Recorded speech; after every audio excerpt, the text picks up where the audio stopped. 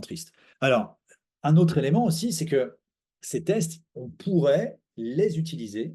Et ça, c'est une proposition des collègues, enfin des collègues, des inspecteurs pédagogiques de l'Académie de Rennes.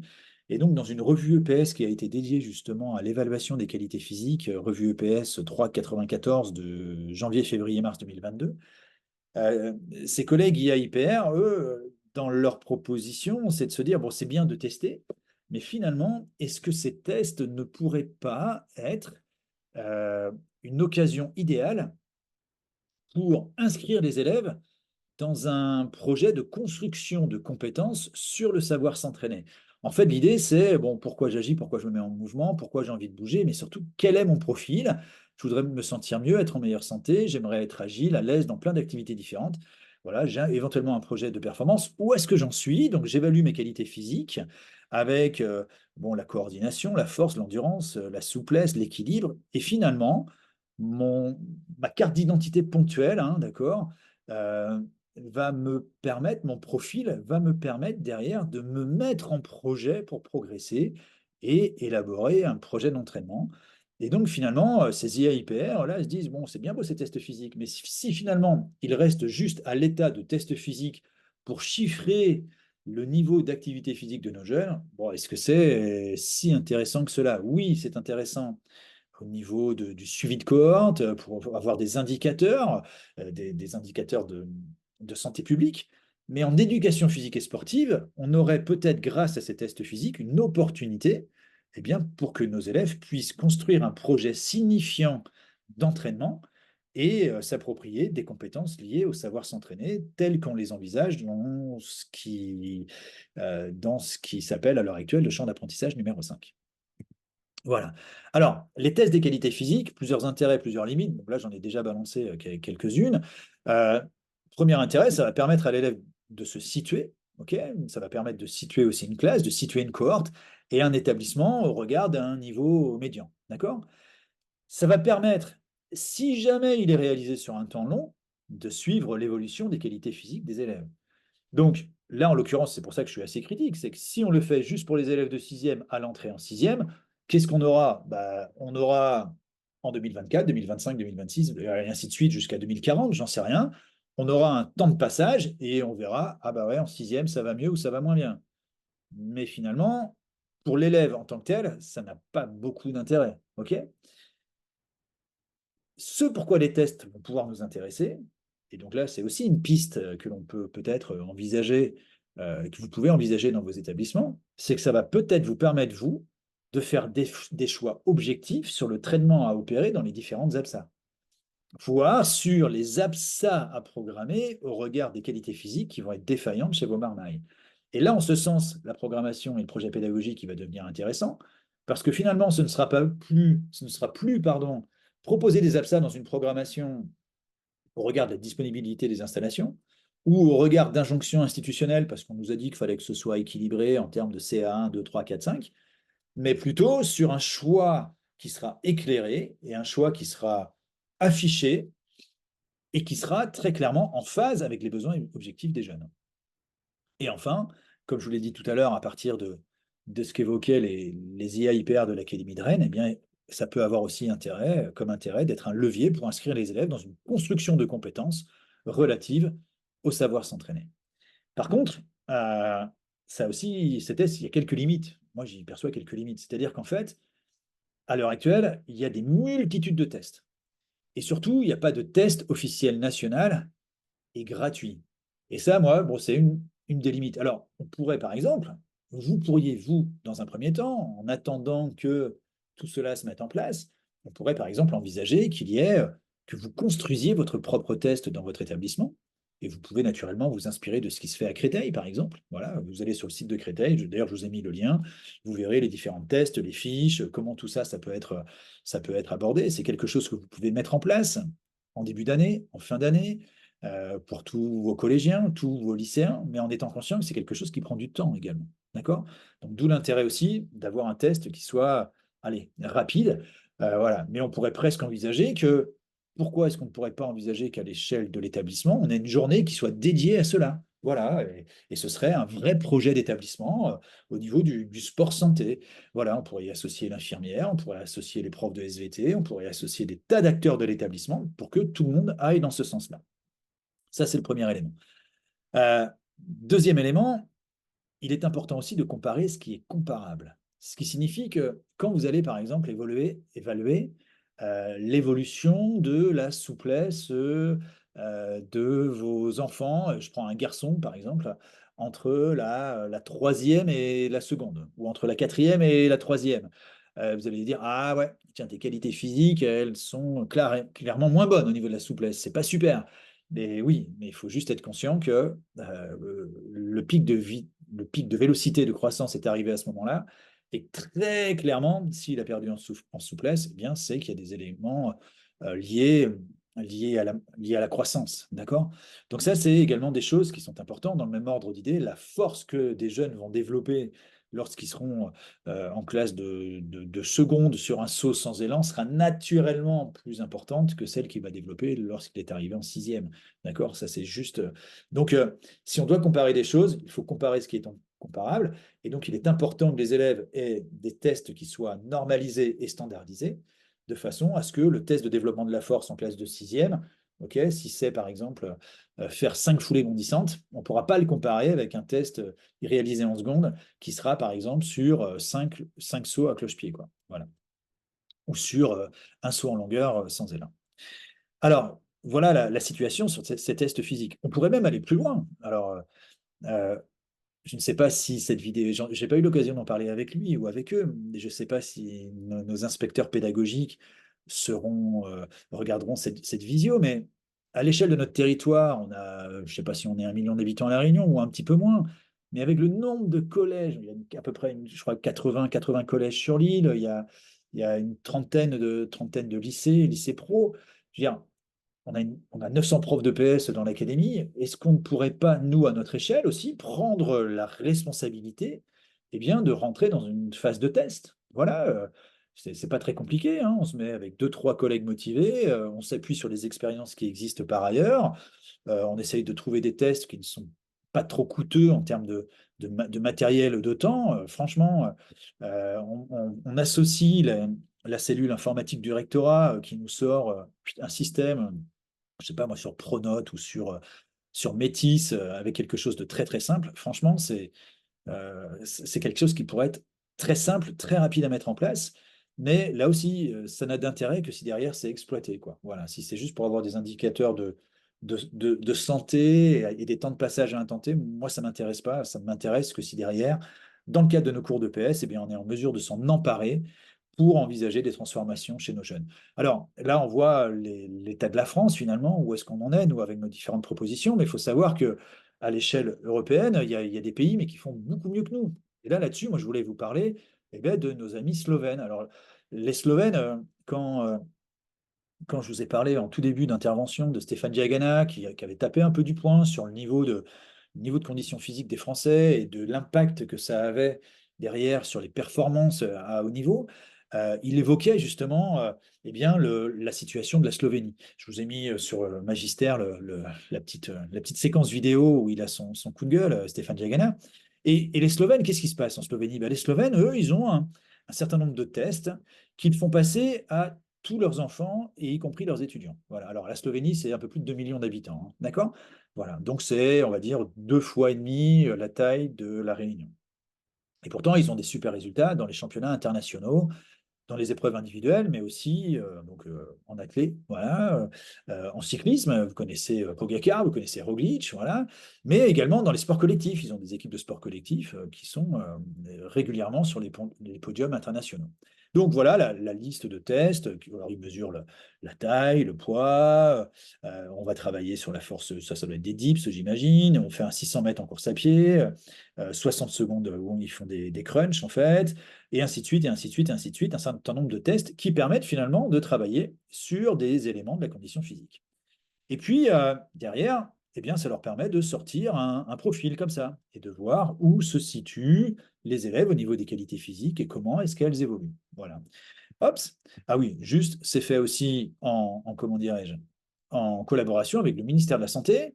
le ministère de l'Éducation nationale, et puis finalement l'université de Ljubljana, qui est une université, on va dire, c'est un petit peu le STAPS local, quoi. Donc finalement, on mobilise des acteurs issus de différents champs, parce que j'imagine en plus que ces données de santé qui sont récupérées par l'université servent derrière à alimenter un certain nombre de recherches. Voilà. Et donc, ça leur a permis, par exemple, aux Slovènes, eh bien, de juger de l'impact de la première vague du Covid en 2021 et de la deuxième vague du Covid, 2020, pardon, et de la deuxième et troisième vague en 2021, pour voir l'évolution eh bien, de l'index de, comment dirais-je, de conditions physiques des enfants chez les garçons et les filles. Et en fait, regardez, eux, ils ont des datas, hein, des données qui viennent depuis 1989. Voilà, 1991, c'est l'indépendance de la Slovénie.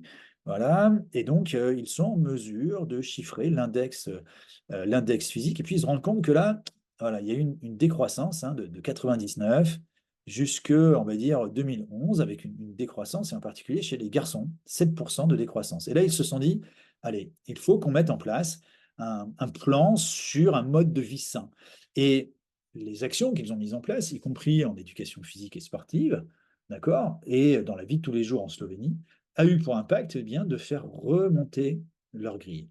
Et puis derrière, il y a eu la pandémie, et boum, lorsqu'ils font les tests en 2020 et 2021, il y a un effondrement total. Alors, si ça s'est passé en Slovénie, il y a de fortes à parier que ça s'est passé en France, sauf que bah, ce petit pays de 2,5 millions d'habitants, eux, ils ont les outils permettant de le faire.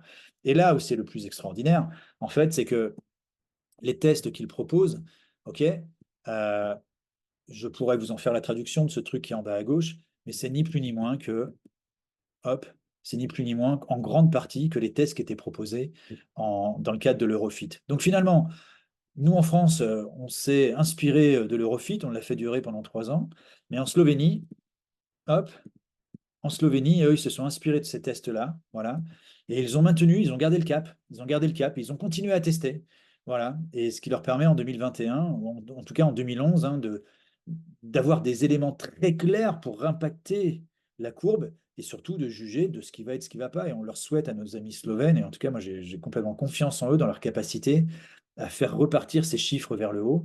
Et voilà. Et là où je suis déçu et triste, voilà, c'est que je me dis que ces outils, nous en France, on les avait bah, quand moi j'étais au siècle dernier, quand moi je rentrais en sixième, et que malheureusement, pour des raisons diverses et variées, on n'a pas été en mesure de garder le cap. Et qu'en 2024, l'année où les Jeux Olympiques arrivent en France, on se dit, on va essayer de généraliser en classe de sixième à la rentrée prochaine la mise en place de tests. Et là, je me dis, mais quelle perte de temps. On a perdu 40 ans. 40 ans, 40 ans, et aujourd'hui, on est en train de pleurer alors qu'on avait peut-être la possibilité déjà, eh bien, non pas de régler tous les problèmes, parce que l'évolution des modes de vie, eh bien, c'est pas inhérent au gouvernement naturellement, mais peut-être qu'on aurait pu, dans nos différents ministères divers et variés, eh bien, si on avait gardé le cap de la mise en place de ces tests, on aurait pu réagir plus tôt, ou en tout cas différemment. Et moi, ça m'agace. Voilà, ça m'agace profondément. Voilà, donc juste, voilà, j'ai dit 2,5 millions, non, c'est pas 2,5 millions, hein, la population slovène, c'est 2 millions. Et qu'est-ce que ça leur a permis, en fait? Eh bien, ils testent les enfants depuis 1987. Euh, et un élément intéressant, on parlait de l'obésité, par exemple. Eh bien, la Slovénie, c'est le seul pays dans le monde, le seul pays dans le monde qui a été en mesure de faire réduire les chiffres de l'obésité infantile de 7,5 à 6,8% de 2011 à 2018. Alors, vous allez me dire 7,5, 6,8, il n'y a pas de quoi faire cocorico. Ben ouais, mais eux, au moins, ils ont, un- allez, ils ont enclenché un inversement de la courbe. Voilà, quand nous, eh finalement, on est toujours dans une part de hausse. D'accord? Donc, ça, voilà ce à quoi ces tests peuvent servir. Et les Slovènes nous donnent un très bel exemple. Les enfants slovènes, si on les compare justement aux autres enfants européens, eh bien, ils sont dans le top 30, hein, enfin top 30% des meilleures qualités physiques. Et puis surtout, ce qui est intéressant, c'est que finalement, les jeunes filles en 2018 ont atteint un niveau de condition physique qui était le plus élevé de ces 30 dernières années. Ce qui signifie que finalement, les jeunes filles en 2018, les jeunes Slovènes en 2018, eh bien, ont atteint un niveau de condition physique qui était même supérieur à celui de leur maman. Voilà. Et puis bah là, c'est le point noir, mais ça, enfin, c'est le point noir, mais ça, ils n'y peuvent rien, les pauvres. Eh bien, c'est que finalement, cette étude leur a permis de voir que eh bien, l'index de conditions physiques a décroît de 16% lié justement aux restrictions liées au Covid-19. Voilà, donc petit pays, mise en place d'un programme qui a été impulsé en Europe au milieu des années 80, fin des années 80. Et finalement, ben, on peut en retirer pas mal de leçons de ce qui est proposé par nos amis slovènes. Perception de l'effort, on va en parler un petit peu. C'est le cinquième point, il m'en reste encore deux à voir derrière. Pourquoi on va en parler un peu? Parce que finalement, quand on envisage le développement des qualités physiques, la question de la perception de l'effort et de l'engagement est forcément cruciale. Voilà, donc bon, petite caricature de ce que j'aime dans l'effort physique, c'est avant quand ça n'a pas encore commencé et après quand c'est fini, effectivement.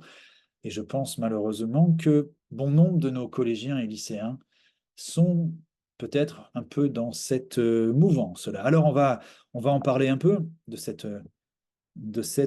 comment dirais-je, perception de l'effort. Alors, il y a une phrase que j'aime beaucoup, moi. C'est une phrase que je trouvais justement dans un article de Michel Pradet, phrase qu'il emprunte à Roger Thomas, qui est un ancien entraîneur d'athlétisme, et quand il parle de l'endurance, voilà. Et il nous dit, l'endurance est autant fille du courage et de la pugnacité, de la résilience à la douleur ou du goût de l'effort que de la technique gestuelle ou du VO2 max. Et effectivement, euh, ce qu'il en ressort de cette phrase, c'est que finalement, si l'on souhaite développer les qualités aérobies chez nos enfants, eh bien, peut-être que on a davantage l'intérêt à travailler sur ces notions de courage, de pugnacité, de résistance à la douleur ou du goût de l'effort. Et on en parlera tout à l'heure, mais finalement, si vous deviez faire des tests, et vous en faites peut-être dans vos établissements des tests VMA, si vous les faites le jour de la rentrée, voilà, vous allez avoir quoi comme conduite typique des jeunes et des enfants qui assez rapidement vont arrêter. Voilà, mais c'est dur, moi j'ai rien fait pendant 2 mois de vacances là, et tu me dis qu'il faut que j'aille faire un test VMA où il faut que je me dépasse. Ils vont s'arrêter finalement. D'accord? Et puis vous faites 2, 3, 4 séances de PS, ou vous faites un peu de travail de fractionné, où finalement on se remet un petit peu en condition physique. On n'a pas forcément développé son VMA ou son VO2 max. Mais finalement, cette capacité à résister à l'effort, je la travaille un tout petit peu plus. Et vous refaites votre test de VMA, et j'aime autant vous dire que là, vous allez avoir une augmentation exponentielle de vos chiffres. Et vous allez vous dire, waouh, purée, mais qu'est-ce que je suis fort, qu'est-ce que je suis efficace dans mon travail. Voilà, alors, je suis vraiment navré de vous décevoir, mais finalement, la progression de vos élèves elle sera davantage liée dans leur capacité à... Ils vont connaître le test déjà, donc ils vont être capables de se dépasser un peu plus, mais ça va être davantage dans leur capacité à résister à l'effort à proprement parler que dans les transformations physiologiques réelles que vous aurez engendrées chez eux. Voilà, je suis désolé, mais et ça j'y crois dur comme fer et j'assume complètement mes convictions là-dessus. Alors, sur cette question de la perception de l'effort, je pourrais vous faire un cours, hein, ou du moins aller convoquer Didier Delinière, qui a coordonné ce bouquin là, au début des années 2000 sur l'effort, bouquin dans lequel on avait Jacques-André Méhard qui nous donnait des tas de pistes permettant de masquer l'effort. Je pourrais aussi vous parler d'un dossier EPS 85, qui a été publié il y a peut-être 4-5 ans maintenant, peut-être un peu plus, sur l'engagement de l'élève en EPS, et dans lequel on a des auteurs comme François Curie, qui va évoquer, et François Curie et Nicolas Mascret, qui très brillamment hein, vont nous parler des buts d'accomplissement, des théories de l'autodétermination, du partage social des émotions, de la perception de soi. Effectivement, voilà, je pourrais vous en parler, mais ça va être long. On ne prépare pas le CAPEPS, on ne prépare pas l'agrég interne, donc on va essayer plutôt de revenir à des choses allez, de terrain, même si ces théories sont fondamentales pour éclairer nos pratiques quotidiennes sur le terrain. Mais là, en l'occurrence, il va falloir qu'on fasse simple, qu'on aille vite. Et du coup, moi, je vais vous proposer ma perception des choses sur cette problématique de la perception de l'effort et de l'engagement, quand on parle du développement des qualités physiques. Alors, le cas des tests VMA, je vous en ai parlé tout à l'heure. D'accord? Je vous ai dit, finalement, quand on propose un test VMA, surtout si c'est en tout début de cycle, il y a fort à parier que un élève, on imagine, je sais pas, moi j'ai mon meilleur copain, on part en même temps, voilà, sauf que moi je suis un peu sportif, hein, lui, il n'est pas super sportif, mais c'est mon meilleur copain. Et puis on commence à faire notre test ensemble, et puis je sais pas, il va s'arrêter à 11 km/h, peut-être parce qu'il en a ras-le-bol, Peut-être parce qu'il est au bout, d'accord? Mais bon, il commence à faire chaud, là, monsieur, il est 11 heures. Je suis à Saint-Louis, là, au collège. On est au mois de février, février-mars. Oh, j'ai faim en plus. Bon, allez, je m'arrête à 11 km/h. En l'état, eh bien, l'enseignant va relever 11 km/h. Mon copain s'est arrêté à 11 km/h. Puis moi, je continue à courir. Voilà, je continue à courir, je continue à courir. Puis en fait, ça commence à être dur. Moi, j'en ai encore sous le pied, hein. Sincèrement, j'en ai encore sous le pied. Voilà, je fais du foot, j'ai une super condition physique. Mais bon, je vois mon copain là qui est tranquillement assis à l'ombre à discuter, en train de discuter avec ma petite copine, tiens d'ailleurs. Et moi, je suis en train de continuer à courir. Ouais, c'est bon, monsieur, j'arrête. J'arrête. Bah oui, j'arrive à 13 km/h. J'ai peut-être un potentiel à 15 ou 16 km/h. Mais finalement, j'arrête. Quand mon copain a arrêté à 11 km/h, quand il avait peut-être un potentiel à 12, 12,5, 13. Voilà. Donc finalement, nos tests de VMA dans le cadre scolaire sont biaisés. Voilà. Là, je vous apprends rien, ou si je vous apprends un truc, je suis navré de vous l'apprendre comme ça. Mais si finalement, on arrive en début de cycle en proposant nos tests, ça ne va pas le faire. Ok, ça va vraiment pas le faire. Ou alors, il va falloir intégrer ces tests un peu plus tard dans le cycle, une fois que nos élèves auront déjà eu la possibilité de vivre des expériences où on va être amené à les, où on va être amené à les, comment dirais-je, à les titiller un petit peu là sur le dépassement de leurs ressources. Voilà, sans forcément les faire corréler à une VMA. D'accord? Ça m'amène aussi à un autre élément. Je vous ai parlé tout à l'heure de François Carré. Ok, François Carré, éminent cardiologue, et là-dessus, beaucoup de respect, en particulier sur son ambition de faire en sorte que la capacité physique et les conditions physiques de nos jeunes soient meilleures, et merci, Monsieur Carré. Mais quand il propose son étude, et moi je regarde ça et je me dis, est-ce qu'il n'y aurait pas un biais? Est-ce qu'il n'y aurait pas un biais dans la mise en œuvre de l'étude? Pourquoi? Je vous explique un peu. Son étude s'appelle Inversons les courbes. Dans un premier temps, ils testent tous les jeunes. Ok, leur font faire un test de léger bouché également, babs, et donc on sort des valeurs de VM. Et dans un deuxième temps, en fait, ils prennent un cours comment dirais-je, de collégiens, et ils vont leur faire suivre leur cours de PS habituel. Alors, on ne sait pas ce qui s'y passe. Est-ce que c'est du demi-fond? J'y crois pas trop. Est-ce que c'est des cours des cours de tennis de table, d'acrosport, d'escalade, de ce que vous voulez, de sport co? Voilà. Donc, il y a un groupe, ce qu'on va appeler le groupe témoin, qui, lui, va continuer à faire des cours de PS que vous faites, vous, dans votre quotidien. Et puis, il va y avoir un autre groupe à l'intérieur du cours de PS qui va suivre un entraînement individualisé de fractionné et bi-hebdomadaire. Donc, ça veut dire que 2 fois dans la semaine, pendant 15 minutes, eh bien, on leur donne un travail de fractionné, du 30-30, du 15-15, du machin, et qui va être en plus adapté à leur valeur de VMA. Donc, oui, tiens, si on veut travailler la VMA, eh bien, globalement, il faut qu'on travaille à des pourcentages qui vont être aux alentours de 100-110%.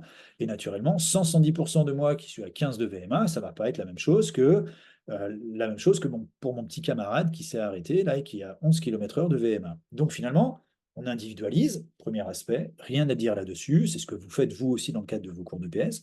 Mais là, on le fait pendant 15 minutes, 2 fois pendant 6 semaines. Pendant ce temps-là, les autres, ils font cours de PS classique. Boum. Il y a 6 321 enfants qui ont refait le test. Donc test 1, test 2, il y a eu 6 semaines.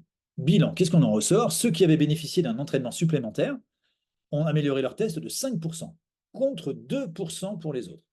Ça veut dire que, ça veut dire que finalement, et là c'est très positif, quand on propose de l'entraînement demi-fond régulier, individualisé, on améliore de 5%. Voilà.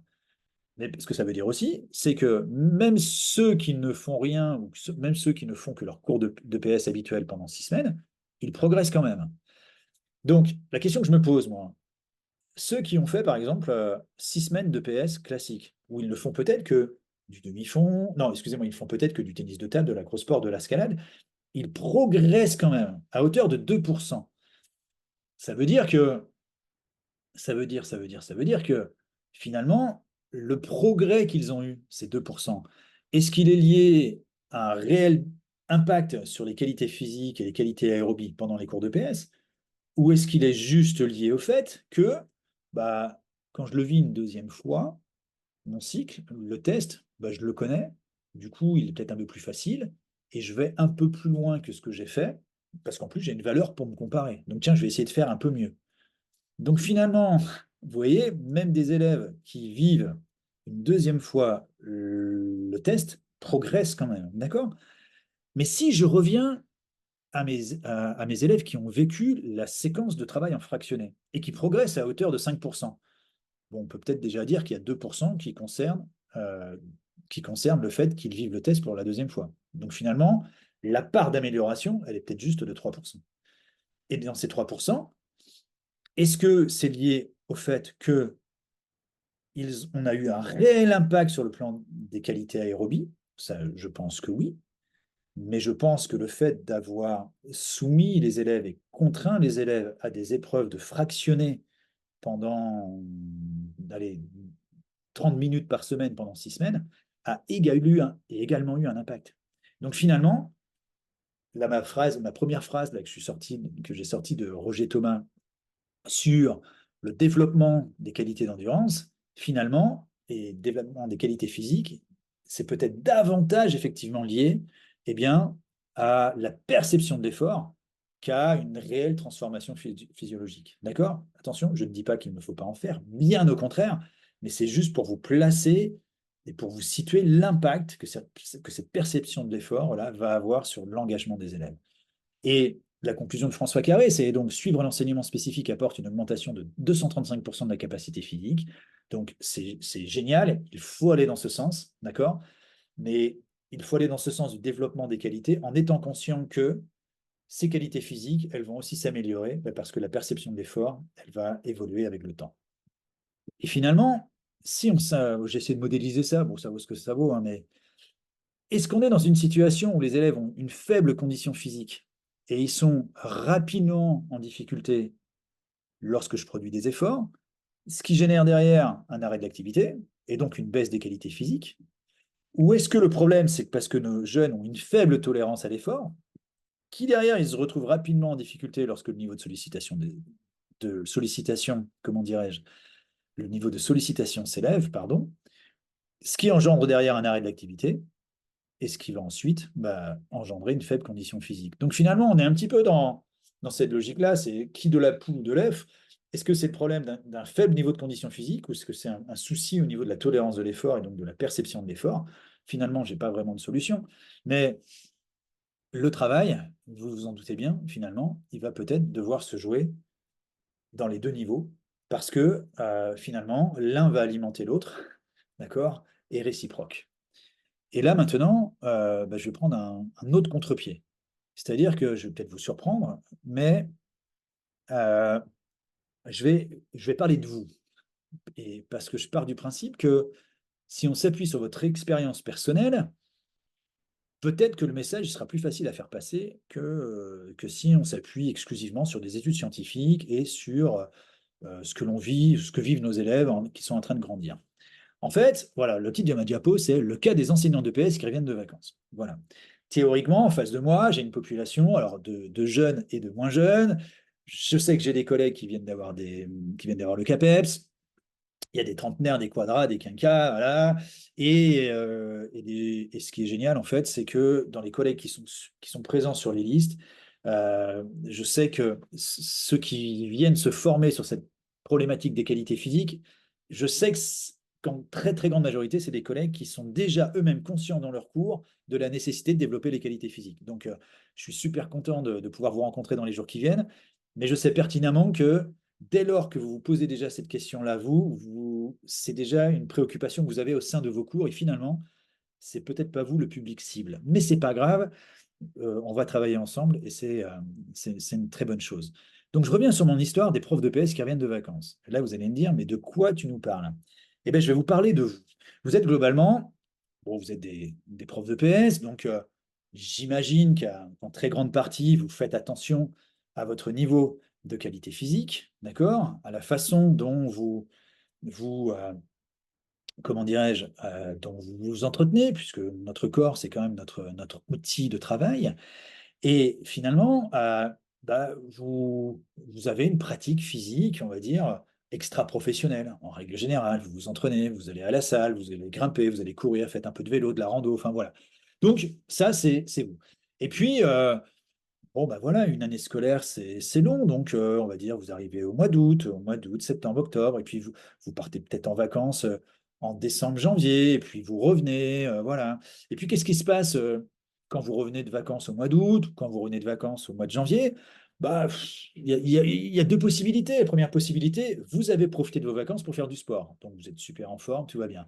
Ou au contraire, vous avez un peu voyagé, vous êtes allé dans la famille, vous, vous avez pris un peu les apéros avec les copains, les apéros barbecue rosé, enfin voilà, je ne fais pas le dessin, vous voyez de quoi je parle. Et finalement, quand vous reprenez la pratique physique à la rentrée, avec de très bonnes résolutions, au mois de février, au mois de janvier ou au mois d'août, eh bien, vous vous y remettez.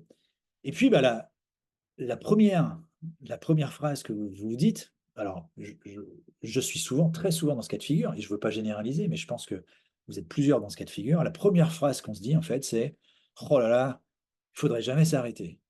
Il faudrait jamais s'arrêter. Pourquoi? Parce que finalement, vous avez une activité physique, vous, du mois de septembre, octobre, novembre, décembre, vous partez peut-être en vacances, voilà, janvier, décembre, janvier, on en fait un petit peu moins, on reprend en février. À La Réunion, il fait chaud en plus au mois de janvier. Alors là, je reprends le vélo ou la course à pied. Oh là là, c'est les premières séances, elles sont vraiment très très dures. Il faudrait jamais s'arrêter. Et puis on se reprend derrière hein, un petit cycle de préparation physique et puis ça va mieux jusqu'à la prochaine pause, quoi. Et en fait, bah, ce qui se produit pour vous, il se produit aussi pour les enfants. Voilà. Il faudrait jamais s'arrêter. Parce qu'il y a un des principes qui est fondamental quand on va s'intéresser justement à cette perception de l'effort, c'est le principe de continuité. Si nous ne proposons à nos enfants que des situations où on travaille, puis on s'arrête, hein, c'est nos grandes vacances à nous, pour repartir derrière, d'accord? Vous le faites parce que vous êtes des professionnels, vous avez une appétence pour l'activité physique et sportive et vous êtes convaincus que c'est important d'aller bouger pour votre santé, mais ce n'est pas forcément le cas pour nos enfants, chez qui cet habitus santé n'est pas forcément construit. Et avec les formes de pratique que l'on propose, nous, en éducation physique et sportive, où finalement, si je prends le cas du demi-fond, par exemple, on fait un cycle de demi-fond en début d'année, on travaille sur cette qualité physique-là. Mais derrière, est-ce que tous nos cycles d'activité sont forcément orientés vers cette qualité physique-là? J'en suis pas convaincu. Et finalement, eh bien, qu'est-ce qui se passe derrière? Nos élèves ne sont que dans un processus discontinu où eux aussi devraient comment dirais-je, être dans une situation de se dire: oh là là, mais il faudrait jamais s'arrêter. Sauf que le système dans lequel on les met les oblige à s'arrêter sur le développement des différentes qualités. Conclusion, à chaque fois qu'on s'y remet, c'est dur. Et si on n'a pas la volonté, si on n'a pas les qualités physiques, si on est à un stade de notre évolution qui est bien particulier, on se retrouve en difficulté. Le deuxième élément, le deuxième principe aussi, bah, c'est de se dire qu'il faut que ce soit progressif, cette histoire. D'accord? Il faut très clairement envisager une forme de progressivité dans ce qu'on leur propose. Parce que si ce que je leur propose en début d'année est d'emblée trop difficile pour nos élèves, d'accord? On dit: ouais, vous avez fait ça l'année dernière, donc finalement, là, cette année, allez, on tape au-dessus. Ben ouais, mais le problème, c'est que s'il ne s'est rien produit entre le moment où vous avez eu une première stimulation et puis une deuxième stimulation, dites-vous que les élèves, ils sont revenus à un niveau, allez, un métabolisme, on va dire, de base, quoi, un métabolisme initial, et que du coup, l'effort à produire pour pouvoir développer et arriver à ce deuxième stade de stimulation, il est extrêmement important. Donc finalement, certes, il faut être continu, mais il faut être aussi progressif dans ce qu'on va leur proposer. Troisième principe que j'aimerais vous proposer, là, toujours sur cette notion de perception de l'effort, alors ça va vous sembler évident, mais c'est la question de la valorisation des élèves. D'accord? Faire en sorte de développer leur estime de soi. Je pourrais vous en montrer mais des exemples, mais j'en ai à l'appel d'exemples alors même d'étudiants en STAPS qui arrivent là et qui n'aiment pas l'athlétisme. Pourquoi? Parce que souvent l'athlétisme, eh bien, pendant leurs expériences dans le second degré, ça a été quoi? Ça a été du demi-fond, on a couru autour d'une piste, et voilà. Et puis surtout, derrière, ça a fait construire chez eux une, une mésestime de soi, quoi. Une estime de soi, mais qui aura des pâquerettes. Et finalement, moi, je me rends compte que sur les premières séances, mon job, eh bien, c'est de les aider à reconstruire. Et alors, je leur dis pas, mais c'est juste allez, des petites phrases comme ça. C'est bien ce que tu as fait aujourd'hui, là. Alors, ok, c'est pas fabuleux, ils ne sont pas champions olympiques, mais juste leur envoyer le signal que, tu sais, ok, c'était dur, mais c'était une bonne séance. Et puis, regarde, tiens, tu as vu ce que tu as fait là? C'était dur, mais mais tu as progressé. Voilà. C'est bien, je compte sur toi, hein. La semaine prochaine, bing, on recommence. D'accord? Et en fait, ces petites phrases-là qui peuvent sembler anodines, mais qui sont extrêmement précieuses et qui ont un effet, mais qui est énormissime chez les jeunes qu'on est amené à accompagner. Et, et vous le faites, vous êtes sûrement dans cette logique-là, mais je vous invite encore à forcer le trait et à l'accentuer. D'accord? On a beaucoup parlé il y a quelques années, là c'était la phrase à la mode, l'école de la bienveillance et ainsi de suite. Mais c'est ça aussi, hein, d'accord, être bienveillant, d'être dans la valorisation de nos élèves. Attention, hein, je suis pas un adepte de la valorisation démagogique, c'est-à-dire, ouais, bon, c'est super nul ce que tu fais, mais c'est vraiment très bien, c'est bien, voilà, là je suis bienveillant. Non, ça de mon point de vue, c'est une bienveillance qui est même malsaine, parce que finalement, on les conforte dans un état finalement de médiocrité. C'est pas ça qui m'intéresse. Moi, c'est la valorisation sur la base d'un petit progrès, d'accord? Parce que les petits progrès, eh bien, c'est ceux qui vont permettre finalement d'amorcer une dynamique positive et d'amorcer la pompe de réussite future. Et puis, un quatrième élément, effectivement, c'est jouer sur la dimension sociale de l'engagement. C'est-à-dire que, bon, ça, je ne vais pas vous l'apprendre, vous le faites au quotidien, mais tout ce que vous connaissez, là, peut-être, les fameux systèmes des clubs et ainsi de suite, mais faire en sorte que finalement, ce sera peut-être plus facile de fournir un effort dès lors qu'il y a une communauté d'intérêt. Donc, vous le faites en sport collectif avec les systèmes des clubs, vous le faites en escalade avec le défi du Mont Blanc ou le défi du Piton des Neiges, vous le faites en course de demi-fond quand il s'agit de battre le record de France du 3000 à plusieurs. Enfin voilà.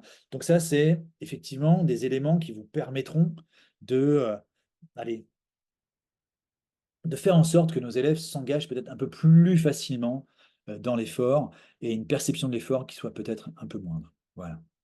Et l'enjeu finalement, eh bien, c'est au lieu d'être dans une spirale qui sera descendante, d'accord? De toute façon, je suis nul, donc j'ai pas envie de faire. Puis monsieur, c'est dur, et puis voilà, plus ça va aller, plus ça va être dur. L'idée, c'est vraiment alors, je disais tout à l'heure, amorcer la pompe, mais c'est exactement ça, quoi. C'est accepter de partir de petit, mais d'être progressif, d'être continu, d'être dans la valorisation, pour faire en sorte que finalement, eh bien, ce soit de moins en moins dur. Mais enfin, je veux dire, j'invente rien quand je dis cela. Si demain, vous vouliez faire, je sais pas, un 10 km ou ou vous inscrire à la Mascareigne pour un trail, il ne vous viendrait pas à l'esprit de partir tout de suite sur la Mascareigne, de partir tout de suite sur un trail de 40 bornes. Vous allez partir petit à petit, et puis vous allez être régulier, d'accord? Et bien finalement, l'enjeu du développement des qualités physiques chez nos enfants, c'est exactement la même chose. Mais c'est exactement la même chose. D'accord? Voilà. Petite précision, alors je ne sais pas si ça va se voir avec la vignette vidéo, mais, et ça c'est les travaux d'un jeune collègue qui est arrivé au STAPS chez nous il n'y a pas longtemps, qui s'appelle Geoffrey Bardin, et que je vous invite à rencontrer. Geoffrey, d'ailleurs, je vous mettrai deux de ces petites conférences sur YouTube, justement sur les qualités physiques des ados, mais surtout sur la différence filles-garçons. Il a fait une thèse, lui en particulier, chez des rameurs de haut niveau en aviron, et voir comment justement les performances évoluaient, mais aussi la question de la perception de l'effort était sondée à un moment donné. Et donc là, il semblerait que les filles soient plus tolérantes à l'effort en termes de perception. Alors, il y a la dimension, on va dire, psychologique, mais il y aurait aussi peut-être des éléments sociologiques là derrière. C'est un petit peu, c'est un petit peu complexe cette histoire, et je vous invite à aller écouter, pour ceux que ça intéresse, sa petite demi-heure d'intervention là-dessus. Voilà. Donc, perception de l'effort, on était sur le quatrième point, et on avance, on va voir un petit peu plus loin de quoi il en retourne. Développer les qualités des élèves en EPS, oui, mais à quelles conditions? Alors, j'ai déjà finalement donné pas mal de pistes, d'accord? Et je vais là-dessus maintenant prendre position. Prendre position, c'est très clairement, un prof d'EPS, ça doit être un enseignant, il n'y a pas de souci. Un prof d'EPS, il faut qu'il ait des qualités d'animation, c'est évident, il faut qu'il soit un petit peu psychologue. Mais un prof d'EPS, il faut aussi qu'il accepte de mettre sa casquette de coach. Alors oui, attention, on ne va pas rentrer dans les débats, EPS, sport, un prof de PS n'est pas un entraîneur et ainsi de suite. Mais à un moment donné, un prof de PS, il doit avoir des qualités d'entraîneur et il doit être en mesure, à un moment donné, de s'emparer d'un certain nombre de principes qui ont trait à l'entraînement. Et quand on veut aborder la question des qualités physiques ou du développement des qualités physiques chez les élèves, il faut être un petit peu entraîneur. Et ça, c'est une évidence et je l'assume complètement. Alors, première chose, c'est que finalement, il va falloir s'intéresser à un principe de spécificité. D'accord? Là, je vais vous lister un certain nombre de principes liés à l'entraînement sportif. J'ai un petit peu adapté. Et c'est des principes finalement que tous les coachs, quels que soient les APSA, quelles que soient les activités, sont amenés à manipuler. Effectivement, ben, la question de la spécificité va se poser. Vous vous doutez bien que si je souhaite travailler des qualités physiques ou si je souhaite développer des compétences en demi-fond, en escalade, en badminton, en acrosport, en ultimate, les qualités physiques vont être spécifiques. Et là, vous, en qualité pour reprendre l'expression d'Alain Hébrard, vous êtes des ingénieurs de la motricité, vous devez naturellement faire un diagnostic de ce qui est fondamental en termes de qualité physique à développer ou à maîtriser de façon à être efficace dans l'activité. Premier élément, donc la spécificité. Hop là. Deuxième élément, la continuité. Mais ça renvoie à ce que je vous disais tout à l'heure. Finalement, si vous apportez un stimulus et que derrière, ce stimulus n'est pas suivi de stimuli complémentaires et qui vont arriver à un niveau supérieur, dites-vous que ça ne sert à rien. Ça ne sert à rien. Voilà.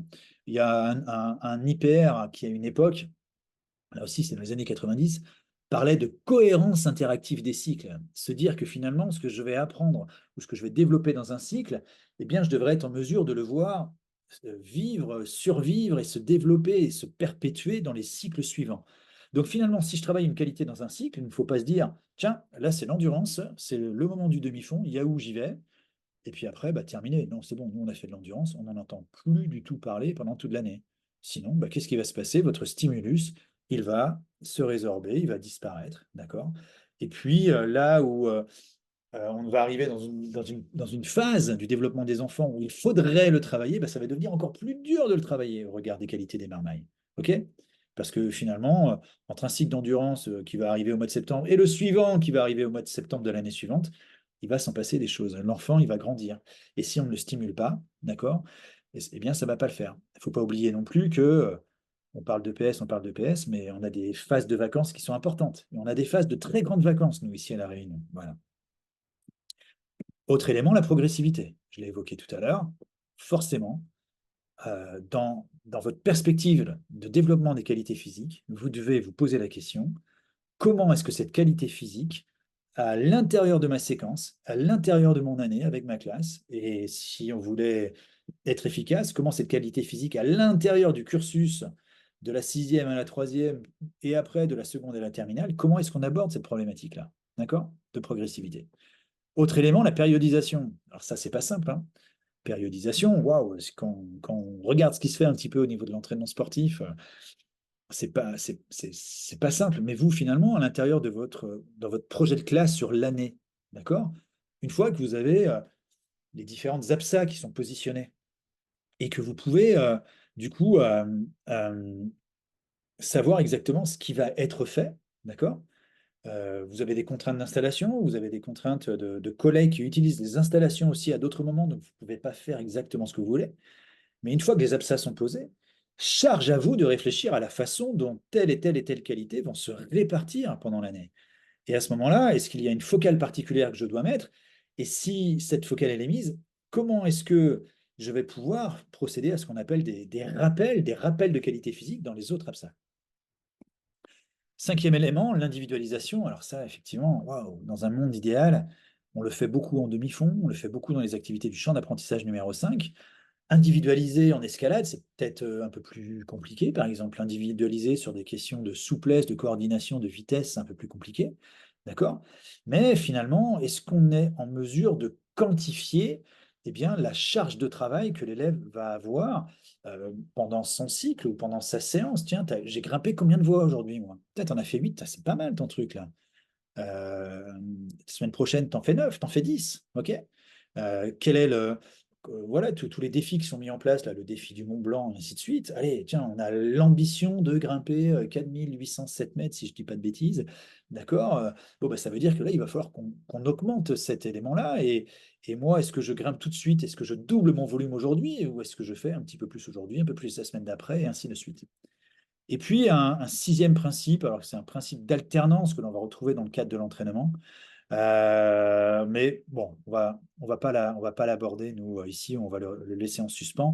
Finalement, nous, en éducation physique et sportive, s'il y a trois grands principes qui vont nous intéresser et que vous devez conserver à l'esprit, hein, c'est très clairement les principes de continuité, de progressivité et d'individualisation. D'accord? On est progressif, on est continu, c'est-à-dire qu'il faut impérativement que cette question du développement, il soit omniprésent à votre esprit. Ok, très bien, c'est super. Tu nous as déblayé un peu le terrain. Tu nous as dit pourquoi les qualités physiques n'étaient pas géniales, quelles étaient les données scientifiques. On a la question des tests. Il va falloir mettre notre casquette de coach, mais finalement, est-ce qu'on peut être un peu plus concret là-dedans? Alors là, je vais essayer, du coup, pour vous, eh bien, de dégager un certain nombre de pistes, sachant que les mises en œuvre, on essaiera de les envisager plutôt sur le terrain à l'occasion du stage. Là, je vais rester au stade de l'évocation d'un certain nombre de pistes. Alors, déjà, un premier élément, au sein de l'équipe, vous allez pouvoir faire un certain nombre de choses. Voilà. La première option que j'ai qualifiée d'option idéale, ce serait quoi? Ce serait déjà de tester les élèves. Alors, vous avez votre test personnel, vous allez chercher celui de Créteil, celui des Slovènes, l'Eurofit, qu'importe, mais vous testez vos élèves et vous allez identifier des manques. D'accord? Des manques, alors dans un premier temps, si vous commencez par ça, ce serait peut-être des manques par rapport à des standards internationaux, d'accord? Ou voilà. L'idée, après, derrière, dans un monde idéal, là encore, ce serait de proposer un parcours de formation d'expérience corporelle adapté. En d'autres termes, on va essayer de choisir les APSA avec le plus fort pouvoir de développement sur les qualités physiques ciblées et défaillantes. D'accord? Et là, vous allez me dire, ouais, mais attends, Ludo, on a aussi les contraintes des programmes. Et là, je suis complètement d'accord avec vous. Toutefois, bah, l'idéal, ce serait quand même ça. Et puis derrière, on reteste les élèves et puis on repropose derrière une autre programmation d'APSA. Voilà. Et puis, il y a une autre qui serait peut-être la plus pratico-pratique. C'est peut-être celle qui va concerner vos équipes là à l'heure actuelle. La pratico-pratique, ce serait quoi? Ce serait de se dire, tiens, on a une programmation d'APSA, on va analyser cette programmation d'APSA et on va essayer d'identifier quelles sont les qualités physiques qui sont les plus sollicitées. On va essayer d'identifier à quel niveau les qualités physiques sont sollicitées et on va même essayer d'identifier quand et à quelle fréquence elles sont sollicitées. Ça, à l'heure actuelle, franchement, si on se voit en stage là, dans les jours qui viennent, on serait capable de faire ça et d'arriver à un premier diagnostic. Et puis derrière, l'idée, c'est de dire quoi? Ben, finalement, là, à l'intérieur de ce champ d'apprentissage, on a choisi cette activité physique et sportive, mais finalement, est-ce qu'on n'aurait pas intérêt, d'accord, à travailler sur une autre? J'ai une grosse bêtise, c'est un exemple classique, c'est par exemple sur les qualités aérobie. Je suis à l'intérieur du champ d'apprentissage numéro 4. On n'a pas forcément de choix on n'a pas fait un choix bien spécifique entre tennis de table, entre les sports de raquette, pardon, les sports de combat et les sports co. On a le choix. Très sincèrement, on a le choix, et voilà. Mais on a identifié que, euh, en fait, nos élèves ont de grosses carences, eh bien, au niveau du développement des qualités aérobie. Ben, un choix, par exemple, hein, serait de se dire, est-ce que, par exemple, le tennis de table, là, on était parti sur du tennis de table. Bon, on a l'installation, voilà, tout va bien, on a le matériel. Mais est-ce que finalement, si j'ai le choix à l'intérieur du champ d'apprentissage numéro 4 entre le tennis de table et une autre activité du champ d'apprentissage numéro 4 qui serait là, en l'occurrence, je ne sais pas, par exemple le rugby, d'accord? Qui est un sport collectif de grand terrain. Je dis rugby, mais ça peut être ultimate, ça peut être football, hein, il n'y a pas de souci. D'accord? Eh bien, est-ce que finalement, j'aurais pas plus intérêt à choisir le rugby que le tennis de table si j'ai identifié que mes élèves, justement, sur le plan des qualités aérobies, sont un petit peu à la ramasse. D'accord? Voilà. Donc, premier exemple, choisir une autre APSA. Ou alors, eh bien, c'est de se dire qu'on va mettre une focale sur une ou plusieurs qualités physiques grâce au traitement de l'activité dans le cycle. Ce qui signifie que j'ai le champ d'apprentissage numéro 4. D'accord? Euh, j'ai le choix, tennis de table, badminton, rugby. Bon, rugby, ouais, mais c'est dehors, je suis à La Réunion, puis ils ont déjà fait les années précédentes. Non, on va pas prendre le rugby. Bon, on va rester sur une activité du champ d'apprentissage numéro 4. Tiens, on va proposer de la lutte. OK? On va proposer de la lutte. Ouais, mais alors pourquoi la lutte? Bah, la lutte, tu vois, on est sur le tapis, alors on fait quelques saisies, quelques contrôles, voilà, quelques formes de corps. Mais est-ce que finalement, dans l'organisation des combats que je vais mettre en place en lutte, avec des temps de combat bien spécifiques, avec des temps de récupération bien spécifiques, est-ce que moi, je ne pourrais pas profiter de mon cycle de lutte pour finalement faire une piqûre de rappel sur le plan des qualités aérobies? Vous voyez ce que je veux dire? Donc, deux façons de voir les choses. Changer l'APSA parce qu'on pense qu'elle a une valeur là-dessus, d'accord? Une valeur, une prédominance dans un champ de qualité bien spécifique, ou au contraire, procéder à un traitement de l'activité pour faire en sorte qu'on joue sur la charge de travail pour pouvoir, eh bien, allez, continuer à travailler sur des qualités qu'on a travaillées déjà en amont. Donc ça, c'est déjà des premières pistes. Ensuite, illustrons un petit peu ça. Là, je vous ai demandé de me proposer vos différentes programmations. Donc là, il y a un ou une collègue qui m'a proposé ce qui pourrait être la programmation d'élèves de seconde première terme dans son établissement, et sachant que ça fonctionne sur la base de menus. D'accord? Donc, du coup, qu'est-ce que j'ai fait, moi? Ops, j'aimerais, en fait, au même titre qu'il existe des diagrammes, là, on a un diagramme pour le canoë, où on va évaluer la force, l'équilibre, l'endurance, l'adresse, la vitesse et la souplesse. L'idée, c'est de façon complètement arbitraire, essayer de sortir des valeurs de sollicitation des qualités physiques, APSA par APSA. D'accord? Donc, je me suis amusé à faire un petit truc, moi.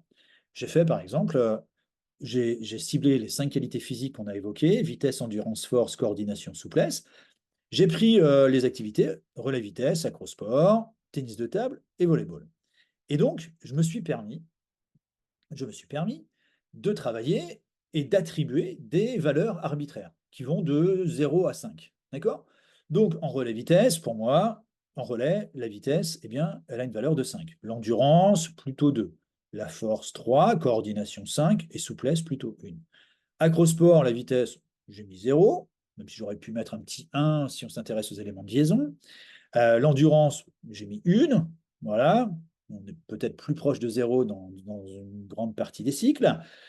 La force, par contre, j'ai dit que c'était une activité qui allait solliciter la force. La coordination, 4. Et la souplesse, 3. Je l'ai fait pour le tennis de table et je l'ai fait pour le volleyball.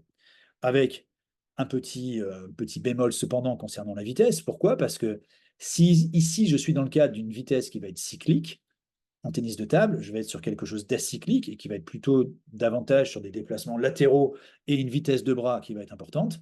Et en volleyball, c'est exactement la même chose. Il faut être vite en volleyball, mais ce n'est pas du tout la même vitesse que celle que l'on va rencontrer dans une activité comme le relais vitesse. Et du coup, qu'est-ce que je fais de cette histoire-là, moi? C'est très très simple. Je rentre ça dans un tableur, et mon petit tableur, il va me permettre de sortir, eh bien, un petit diagramme sous forme de toile d'araignée, hein, un petit peu comme celui que j'avais tout à l'heure pour le canoë-kayak. Et donc, moi, pour ma classe de seconde, voilà ce qu'il en ressort. C'est que finalement, en termes de coordination, bon, on sollicite quand même pas mal. En termes de force, ça va être sollicité en acrosport, un petit peu en volleyball, un petit peu en relais, pas trop en tennis de table. La vitesse, c'est également quelque chose que l'on va solliciter, mais je vous ai dit, attention, dans 2 registres différents. Voilà. Par contre, ce dont je me rends compte, c'est que, eh bien, pour mes élèves, les qualités d'endurance et les qualités de souplesse, en tout cas chez mes élèves de seconde, eh bien, c'est quelque chose qui sont minorés, d'accord? Que l'on ne va pas trop voir. Alors, 2 options là encore. Soit on se dit, c'est notre programmation qui n'est pas bonne et il faudrait travailler sur la programmation pour faire en sorte que souplesse et endurance soient peut-être un peu plus présentes.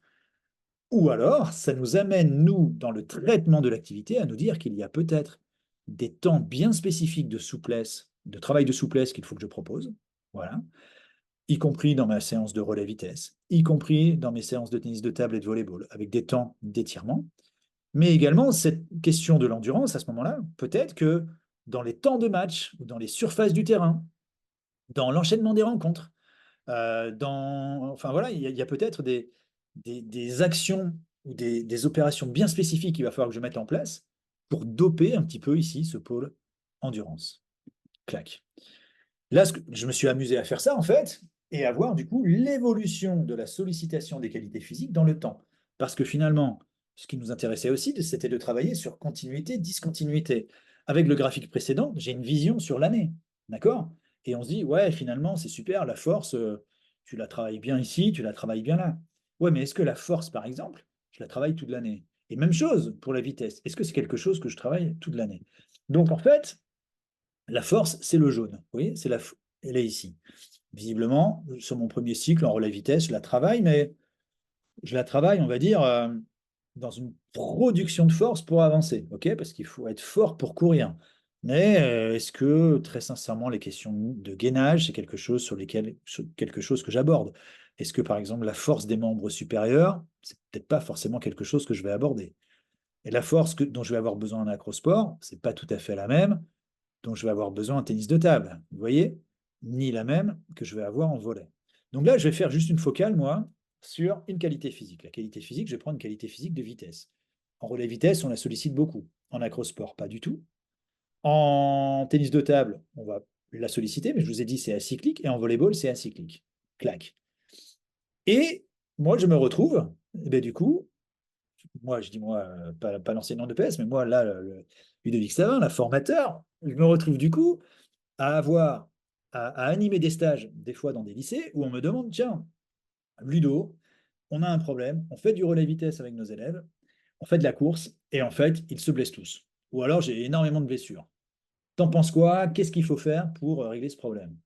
Et bah, écoutez, les amis, oui, je vois bien. Alors, on va revenir sur une programmation, d'accord? Il y a un cycle de relais vitesse qui est programmé là, et je pourrais l'avoir exactement la même chose en terminale. Mais finalement, quelles sont les opportunités pour vos élèves dans vos programmations de courir vite?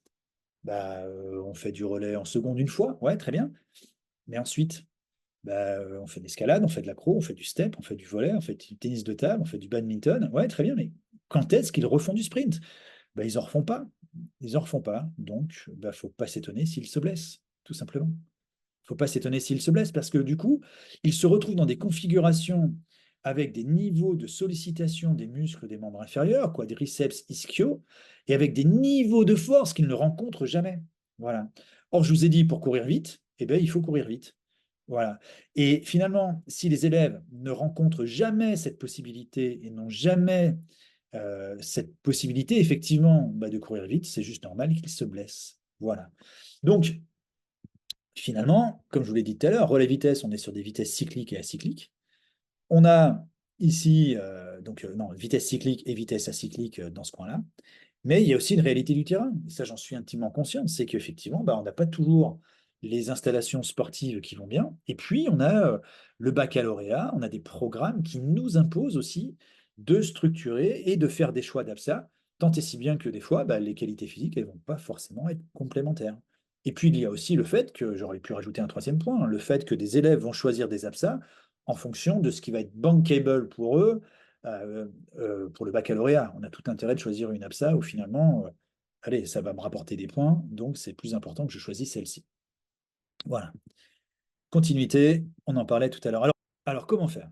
Comment faire? Là, l'idée, ça va être de proposer un certain nombre de pistes. Il y en a déjà certaines que j'ai évoquées avec vous en amont. D'ores et déjà, tout ce que je vais vous proposer, naturellement, ça va nécessiter discussion, ça peut même susciter débat, et c'est tout l'enjeu des journées de formation que l'on va avoir dans les jours qui viennent. Sachez quoi qu'il en soit que je me positionne absolument pas comme le prof du STAPS qui arrive de façon surplombante pour vous sortir deux, trois études et deux, trois conseils. Je sais quelle est la difficulté de l'enseignement dans le cadre scolaire. Je sais quels sont vos effectifs, vos problématiques matérielles parfois, d'installation, les problématiques de motivation chez les gamins, les problématiques de surpoids et ainsi de suite, de discipline, d'accord? Et je sais que c'est éminemment compliqué, mais je sais aussi, et ça on l'a évoqué au début de l'intervention, que si nous on s'en empare pas, si vous à votre échelle vous ne vous en emparez pas, eh bien malheureusement la situation ne va pas aller en s'améliorant. Voilà. Moi je suis quelqu'un de nature globalement positif, je suis généralement très très optimiste. Mais sur cette problématique-là, je dois vous avouer que je suis assez justement négatif. Et, et je pense que si les profs de PS ne s'en emparent pas, s'il n'y a pas une volonté institutionnelle forte et qui sort un petit peu des mesurettes qui ont été mises en place par le gouvernement, je pense qu'on va droit dans le mur. On va clairement droit dans le mur. Donc, j'espère que ce message sera porteur que vous, à l'échelle de vos équipes, et ce sera aussi un des éléments, je veux dire, sans l'équipe, on n'y arrivera pas, que vous, à l'échelle de vos équipes, vous arriverez à faire porter ce message et que le plus rapidement possible, et pourquoi pas dès la rentrée prochaine, vous vous emparez de ces préconisations, peut-être pas toutes, mais peut-être de certaines, pour faire en sorte que les curseurs se déplacent un peu et qu'on aille vers le mieux sur cette problématique-là. Alors, une première chose déjà, hein, piste 1, équilibrer les abscas au regard des qualités physiques sollicitées. Euh, je vous l'ai dit, globalement, au niveau de l'équipe, il va falloir que on puisse analyser ce qui est fait en termes de qualité physique développée, ce qui n'est pas fait, et finalement, est-ce qu'on n'a pas des choix à faire en conscience, d'accord, pour construire une programmation qui ne soit pas juste un empilement d'APSA, mais qui soit un vrai projet de développement pour nos enfants, d'accord. Il y a un auteur qui s'appelle Metzler, pas Julien Metzler, le jeune IPR là, que vous connaissez peut-être, mais Metzler, le spécialiste du volleyball qui sévissait du côté de Lyon. Et Metzler, lui, quand il parlait des enjeux des APSA, voilà, donc des enjeux, c'est souvent ce pourquoi on programme comment dirais-je, une activité physique, sportive et artistique. Et lui, ce qu'il disait, c'est que les enjeux des APSA, c'est finalement ce que l'on a à gagner ou non à programmer une APSA. Et ben, il faut très clairement qu'on change notre façon de voir les choses et arrêter de se dire qu'on programme de l'athlétisme parce que c'est le champ d'apprentissage numéro un et qu'il faut que ce soit programmé. Et pareil pour les autres activités. Non, qu'est-ce que l'on a à gagner pour nos élèves à programmer cette APSA? Et ça, très clairement, il faut qu'on arrive à changer notre logiciel là-dessus et alors à changer si nécessaire, parce que je sais que vous êtes très nombreux à ne pas être dans cet état d'esprit-là. D'accord? Piste 2, préparation physique dissociée ou préparation physique intégrée. Alors, de quoi est-ce que je parle là? Ceux qui sont fans de rugby et qui ont suivi la Coupe du Monde du rugby, vous avez forcément entendu parler d'un monsieur qui s'appelle Thibaut Giroud. Thibaut Giroud, c'est quoi? Alors lui, c'est le préparateur physique de l'équipe de France et c'est le spécialiste français de ce qu'on appelle la préparation physique intégrée. C'est quoi la préparation physique intégrée? C'est finalement s'appuyer sur notre activité physique de référence, là en l'occurrence c'est le rugby pour Thibaut Giroud, et de se dire que la prépa physique, eh bien on va en faire à l'intérieur de la pratique. D'accord? Dans le même ordre d'idées, on pourrait envisager que nous, en éducation physique et sportive, eh bien, c'est la construction de notre leçon d'éducation physique et sportive avec ses contraintes, ses aménagements humains, matériels, le nombre de répétitions que l'on va proposer, qui finalement va servir de prépa physique. On fait un développement des qualités physiques à l'intérieur et donc qui est intégré à notre activité à proprement parler. Mais on peut aussi, pourquoi pas, et dans certaines mesures, et pourquoi pas à certains moments du cycle, envisager cette préparation physique de façon dissociée. Ça veut dire qu'on pourrait avoir, par exemple, un temps d'échauffement, un temps de préparation physique qui peut être orientée à destination de notre activité, pour ensuite rentrer dans la pratique à proprement parler. Ce sont des conceptions qui sont différentes, mais qui finalement, si l'objectif est d'aller vers un développement des qualités physiques, dès lors que vous avez un public également qui est en mesure de le recevoir, parce que peut-être qu'en fonction des publics que vous allez avoir, sincèrement, des petits collégiens, leur proposer une séance de PPG avant d'aller jouer, ça ne va pas les amuser du tout. D'accord? Peut-être comment dirais-je, un public de lycéens, eux, seront peut-être plus à même de comprendre que finalement, avant de rentrer dans la séance, eh bien, il peut être bon d'avoir un temps de développement de ses qualités physiques. Mais toutefois, là aussi, au regard du peu de temps d'activité qui est proposé au lycée, peut-être que la prépa physique intégrée serait, comment dirais-je, allez, aurait un intérêt plus important. Donc là-dessus, moi, je ne vais pas prendre position sur prépa physique dissociée ou prépa physique intégrée.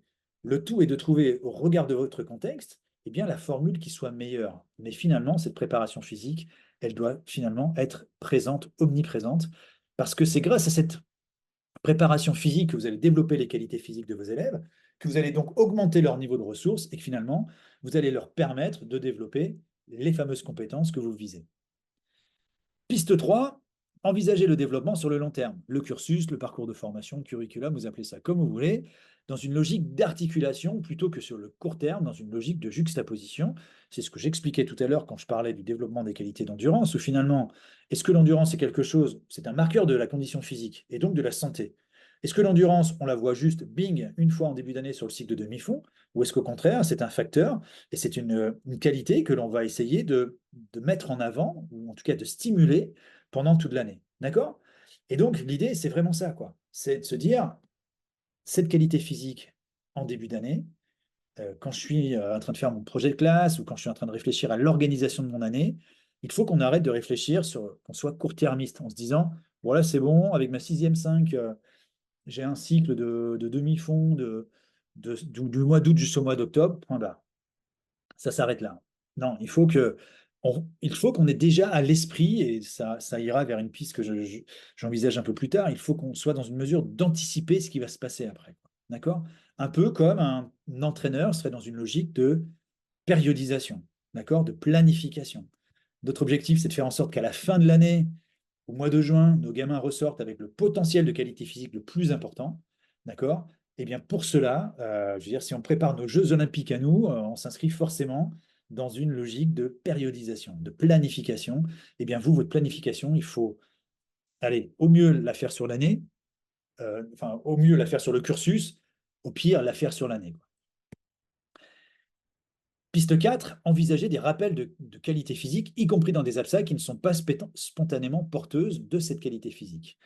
Euh, bon, souvent, alors bon, ça fait marrer ou ça fait pas marrer, mais euh, par exemple, on parle des qualités de vitesse. Les qualités de vitesse, souvent, par exemple, bah, on en fait quand on est, comment dirais-je, on en fait quand on est en relais vitesse, en classe de seconde, voilà, d'accord.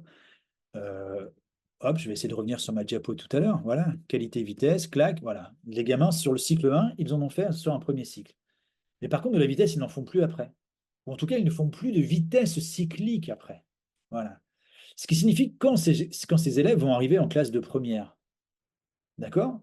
Ils n'auront plus fait de vitesse cyclique depuis un an. Ils n'auront plus fait de vitesse cyclique depuis un an. Conclusion, ils vont se blesser. C'est juste évident. C'est juste évident. Donc, ce qui signifie que, bah, en acrosport, c'est compliqué de faire de la vitesse en acrosport. Mais est-ce que finalement, faire à l'échauffement un travail de vitesse gestuelle, par exemple, d'accord? Euh, Pourquoi pas, tiens, je suis dans un dojo, je mets des élastiques derrière au niveau de la taille et je fais un petit peu de sprint contre résistance à un moment de l'échauffement. C'est pas, on n'est pas obligé de le faire à chaque fois, on n'est pas obligé de le faire tout le temps, d'accord? Même chose en tennis de table, même chose en volleyball. En volleyball, on a un grand gymnase, mais on peut peut-être faire des accélérations dans le gymnase également, d'accord? Des accélérations, alors des accélérations peut-être avec des changements de direction, des choses comme ça, mais pour faire en sorte que on puisse proposer des rappels de vitesse, des rappels qui feront que votre gamin, quand vous allez le récupérer pendant sa classe de première, eh bien, il n'aura pas eu un an d'inactivité sur le plan de cette qualité physique, et ça lui permettra peut-être pas de ne pas se blesser, mais en tout cas, ça augmentera ses chances de ne pas se blesser, croyez-moi, j'en suis convaincu. Cinquième piste. Travailler les objets d'enseignement à faire acquérir dans les différentes APSA à la lumière des qualités physiques nécessaires pour les atteindre.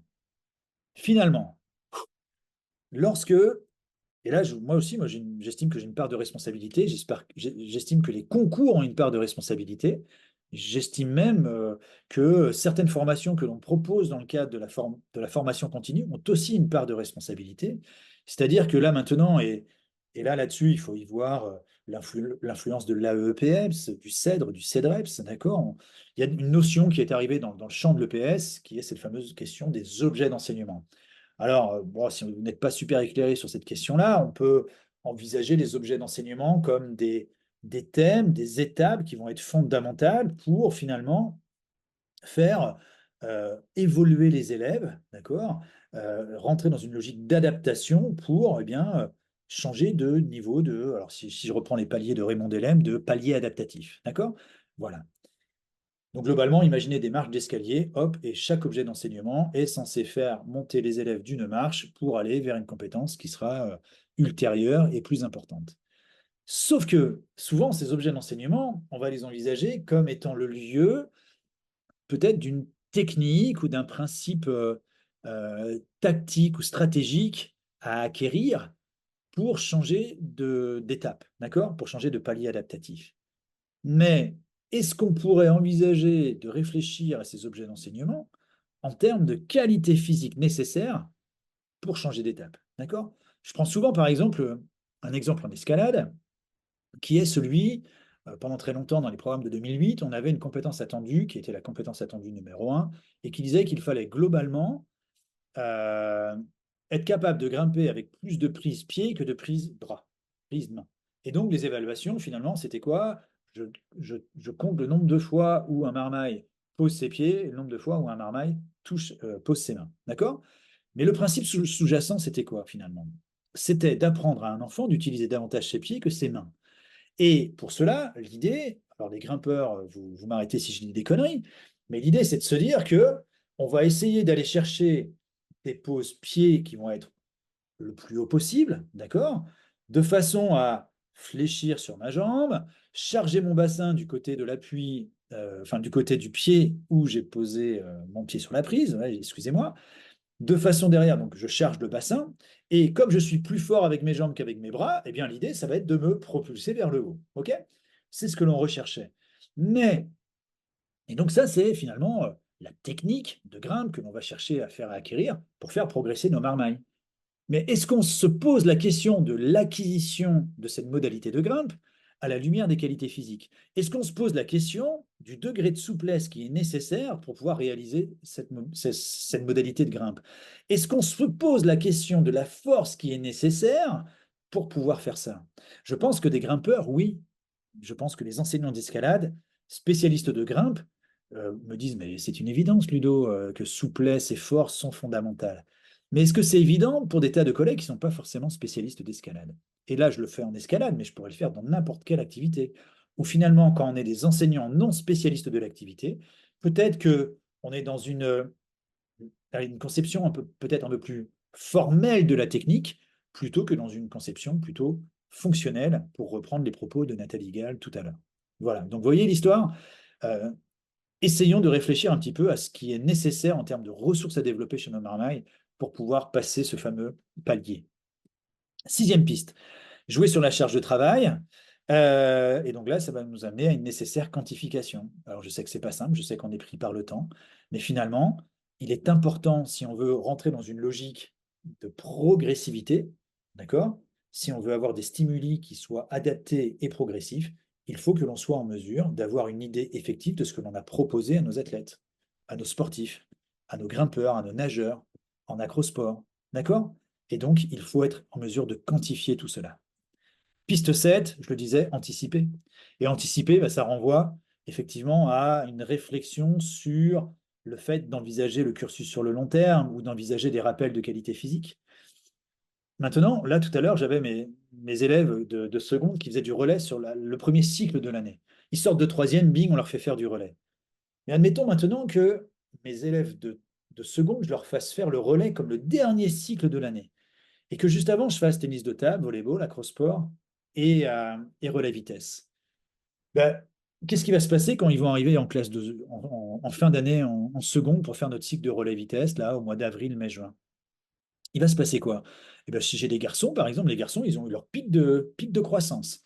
Pic de croissance, ça veut dire quoi? Ça veut dire qu'ils ont des os qui ont poussé, ça veut dire que les muscles n'ont pas suivi la taille des os, ça veut dire qu'ils ont leurs ischio-jambiers qui sont sous tension, ça veut dire que pendant toute l'année, ils n'ont pas eu d'activité de course cyclique, à proprement parler, ils n'ont pas travaillé la vitesse, et ça veut dire que lorsqu'ils vont arriver au mois de juin, eh bien, ou enfin au mois d'avril pour leur dernier cycle de l'année, eh bien, ça veut dire que finalement, je vais être confronté à des situations de blessure. Ça veut dire que du coup, anticiper, ça veut dire quoi? Ben, ça veut dire que par exemple, ça ne devrait pas, en éducation physique et sportive, être un problème de faire des accélérations à l'échauffement d'un cycle d'escalade, par exemple. Voilà. Ça ne devrait pas être un problème. Pourquoi? Parce que ce n'est pas des compétences en escalade sur le court terme que l'on souhaite développer. D'accord? Nous, on doit envisager la formation et le développement moteur de nos élèves sur le long terme. Et finalement, l'élève que j'ai devant moi, c'est certes un grimpeur sur le court terme, mais ce sera aussi un relayeur dans quelques semaines et dans quelques mois.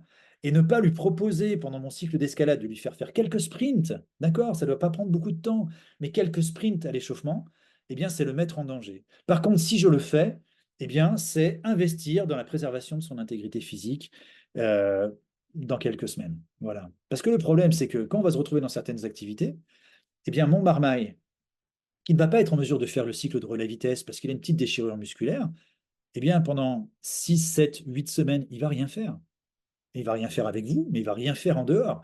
Et donc, finalement, la petite blessure qu'il aura récupérée pendant le cours d'éducation physique et sportive, finalement, elle aura été délétère.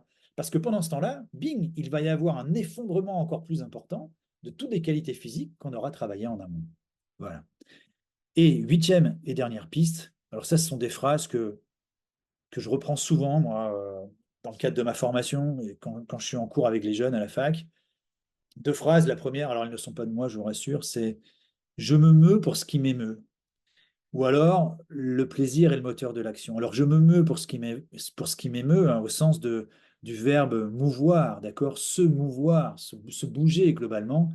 Et pour ce qui m'émeut, au sens de, naturellement, c'est le verbe s'émouvoir. Donc, finalement, les élèves vont être en mesure, eux également, de rentrer dans une logique de, de dépassement de soi, dès lors que on va être en mesure de leur proposer quelque chose qui va les sensibiliser, qui va les émouvoir. Et le plaisir en cela, eh bien, c'est quelque chose qui est important. Naturellement, si vous êtes capable de proposer des situations où, alors, il ne s'agit pas de rentrer dans le jeu pour rentrer dans le jeu, ou de faire en sorte que ça ressemble au jeu du cirque, que votre cours de PS ressemble au jeu du cirque, mais finalement, dès lors que on sera en mesure de mettre un petit peu de plaisir, d'émotion dans ce qu'on va essayer de leur transmettre, eh bien, naturellement, on peut espérer que ces transformations soient un peu plus importantes. D'accord? J'en arrive maintenant, et j'en suis navré, je pensais être un peu plus rapide, mais ça a duré un peu plus longtemps que prévu, euh, au terme de cette intervention orale, en attendant de vous rencontrer dans quelques jours. On a été amené, donc, dans un premier temps, à s'appuyer un petit peu sur le contexte et voir quelques spécificités donc, de notre discipline, euh, voir comment celle-ci, elle pouvait ou elle ne pouvait pas à l'heure actuelle, eh bien, proposer ou générer un développement des qualités physiques. Ces qualités physiques, j'ai essayé de vous donner quelques éléments sur endurance, force, vitesse, coordination et souplesse. On a fait un petit peu le point sur les différents tests qui existaient, sur cette question de, comment dirais-je, la perception de l'effort. On a essayé de dégager aussi des pistes ou des principes qui ont trait à l'entraînement sportif pour justement que vous puissiez faire parler l'entraîneur qui est en vous. Et puis derrière, je vous ai proposé quelques pistes, je vous ai fait quelques propositions de pistes à envisager pour vous à l'échelle de votre classe, mais aussi peut-être à l'échelle de votre séquence, à l'échelle de votre année scolaire et à l'échelle également peut-être de votre équipe, de façon à ce que vous puissiez amorcer des réflexions sur ces qualités physiques. Maintenant, bah, qu'est-ce qui va se passer? On va être amené à se rencontrer eh bien, dans quelques jours. L'idée, eh bien, ça sera déjà dans un premier temps, lorsqu'on va se rencontrer, de proposer un temps d'échange sur tout ce que je viens de vous raconter, parce que j'imagine qu'il y en a certaines de mes propositions, certaines de mes postures qui vont peut-être porter à débat ou à confrontation, contradiction. Et c'est justement le lieu, ces stages, c'est le lieu de s'exprimer et d'échanger entre nous, d'avancer les arguments. Et sûrement, peut-être même aussi, de me faire revenir sur certaines choses que j'ai pu être amené à évoquer ici.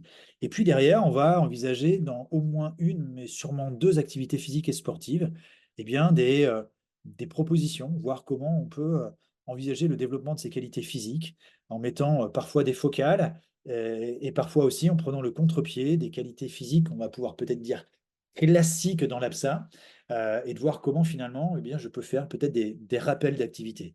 Naturellement, ce sera, et c'est aussi l'intérêt de ces stages, eh bien, faire du partage d'expérience et de voir comment vous aussi vous vous positionnez par rapport à tout ça et quelles sont vos propositions. Parce que eh bien, on est 8 ou 900 profs de PS dans l'académie, et il y a énormément de richesses et de mon point de vue, on ne la met pas suffisamment en l'air, cette richesse. Et donc les stages, eh bien, c'est l'occasion aussi de nous faire et de vous faire profiter eh bien, et donc, on va conclure par un petit extrait vidéo, un extrait vidéo d'un monsieur que vous ne connaissez peut-être pas, mais qui s'appelle André Canvel. André Canvel, il a été inspecteur général de l'éducation nationale en éducation physique et sportive. Il a été président du CAPEPS pendant de nombreuses années. Et là, en l'occurrence, il était sollicité par l'AEPS pour faire une conférence sur le climat scolaire dans les établissements. Et là, je vous montre les trois minutes où il conclut son intervention. Et il me semblait important de vous partager sa vision de l'esprit parce que c'est une conception dans laquelle je me retrouve pas mal et qui finalement fait pas mal écho à tout ce que l'on a évoqué jusqu'à présent sur cette question des qualités physiques. Je vous laisse donc avec André Canvel Et je vous donne rendez-vous très bientôt dans le cadre de notre stage en présentiel. Allez, au revoir et merci pour votre attention. Vous avez un auteur, j'ai perdu son nom, qui a travaillé sur la question du vécu disciplinaire, qui est sur l'île, qui a travaillé grosso modo sur quelle représentation les élèves avaient de l'activité scolaire dans les disciplines. Et il a révélé une quinzaine d'indicateurs qui permettent de pouvoir étayer les disciplines et les comparer entre elles. Alors évidemment, au fin fond, les disciplines les plus problématiques, il reste 5 minutes, c'est ça? Les plus problématiques, il y a les mathématiques. Alors, c'est assez amusant parce que tout le monde pense que mathématiques, c'est l'alpha et l'oméga, c'est la réussite de toute la société française. Les gamins, ils la mettent au sous-sol. Donc, dès que l'on parle mathématiques, tout de suite, c'est l'effondrement, plus d'estime de soi, on n'a plus envie. Bref. Par contre, l'éducation physique, moi, je pensais, parce que du coup, je l'ai interrogé, ce collègue-là, on dit, bien, alors, l'éducation physique, alors, ça va? Il dit, non, non. Non, non. L'éducation physique, ça ne va pas du tout. Parce qu'aujourd'hui, lorsqu'on donne la parole aux gamins et qu'on donne vraiment la parole aux gamins sur l'impact qu'a l'éducation physique, eh bien, ils disent, moi, l'éducation physique, c'est le professeur d'éducation physique qui m'a mis réellement en difficulté devant la classe, c'est le professeur d'éducation, les 10% dont vous parlez, c'est le professeur d'éducation physique qui m'a tellement mis en difficulté que moi et mon corps, aujourd'hui, on ne se parle plus du tout. C'est-à-dire qu'on ne se rend pas compte, chers collègues, et je terminerai mon propos là-dessus, que l'une des spécificités quand même de notre discipline, c'est qu'on met en jeu les corps qui ne nous appartiennent pas, qui appartiennent à des enfants et des adolescents. Et ces corps-là sont d'abord et avant tout des modes de communication qui ont du sens et prennent sens pour les enfants. Nos enfants aujourd'hui ont énormément de difficultés à s'investir dans nos cours, par une raison très simple, c'est qu'on leur propose un contexte d'activité qui est d'une telle complexité que ça les met tout de suite en difficulté pour se montrer. Eh oui, parce que les corps, ça se voit. Un élève qui n'est pas bon en mathématiques, il peut se cacher. Les seuls moments où les élèves en mathématiques se sentent en difficulté, c'est quand le prof est toi au bureau ou toi au tableau. Mais nous, ils sont tout le temps au tableau. Ils sont tout le temps au tableau. Puisque la première chose qu'on leur demande de faire, c'est d'utiliser leur corps pour apprendre. Donc, je terminerai juste là-dessus. Si vous voulez que l'enseignant ait un rôle sur la réussite et le climat scolaire en éducation physique, par pitié, réinvestissez le corps, la motricité, laissez un peu de côté les activités physiques et sportives et penchez-vous, observez vos élèves en situation motrice et faites en sorte que lorsqu'ils rentrent dans une situation, ils en ressortent un tout petit peu mouillés. Merci beaucoup.